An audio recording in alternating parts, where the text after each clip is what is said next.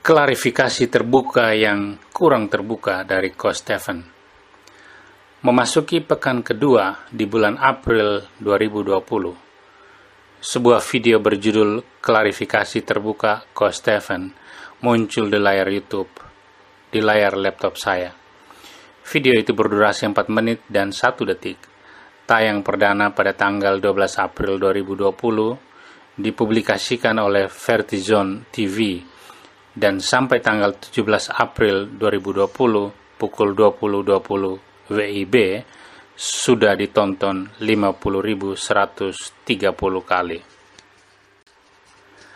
Mengapa saya tertarik menontonnya dan kemudian membuat tanggapan dalam video ini? Pertama, pengakuan Coach Stephen sebagai mantan pastor Dominikan, Yesuit, atau pokoknya pastor deh, yang pernah berkarya di Katedral Jakarta telah memicu reaksi publik, utamanya dari umat dan gereja Katolik. Ini yang membuat kisah kemualafan beliau menjadi konsumsi publik. Banyak orang yang ingin tahu lebih dalam, termasuk saya. Kedua, dari kalangan gereja Katolik, saya termasuk salah satu yang ikut membuat video sanggahan. Video saya telah tayang di YouTube tanggal 3 Maret 2020. Menariknya, Komsos Keuskupan Agung Semarang membuat setidaknya 4 video klarifikasi. Juga beberapa video lain dari rekan-rekan Katolik maupun Protestan.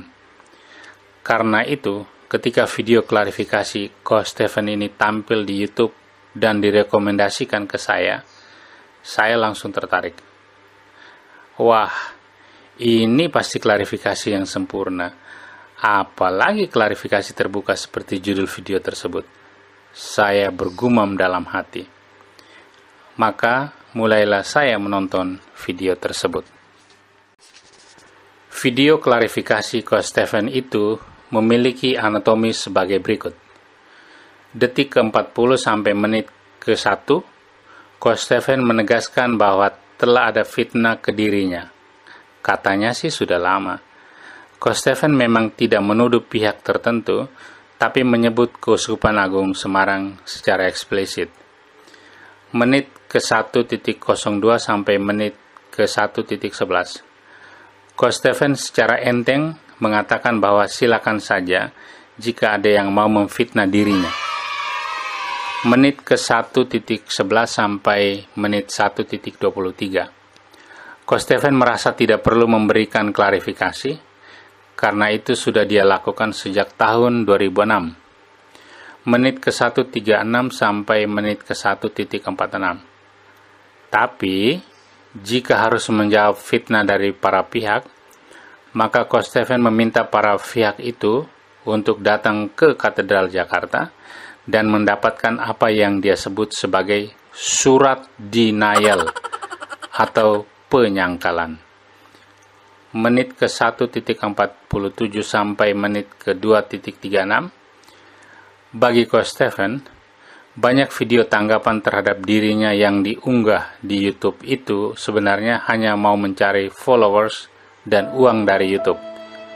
Di sini Coach Stephen menegaskan satu hal penting untuk para pengikutnya. Katanya, video-video para memfitnahnya itu memiliki banyak followers Muslim. Bagi Coach Stephen, daripada menjadi followers di channel YouTube, lebih baik followers Muslim itu memberikan sumbangan saja secara langsung kepada gereja. Menit ke-2.38 sampai selesai, Coach Stephen hanya mengulang lagi apa yang sudah dikatakan di awal video. Saya mau memberikan 4 catatan saya. Pertama, apa yang dilakukan teman-teman Katolik dan Kristen itu bukan fitnah. Saya ulangi, bukan fitnah. Kami justru menjelaskan secara panjang lebar proses pendidikan dan pembinaan calon imam seperti apa, menunjukkan identitas seorang imam atau pastor itu seperti apa, jenjang pendidikannya seperti apa, pelayanan pastor itu seperti apa. Kami juga menunjukkan apakah ada nama Coach Stephen dalam daftar para pastor yang pernah berkarya di Katedral Jakarta atau tidak.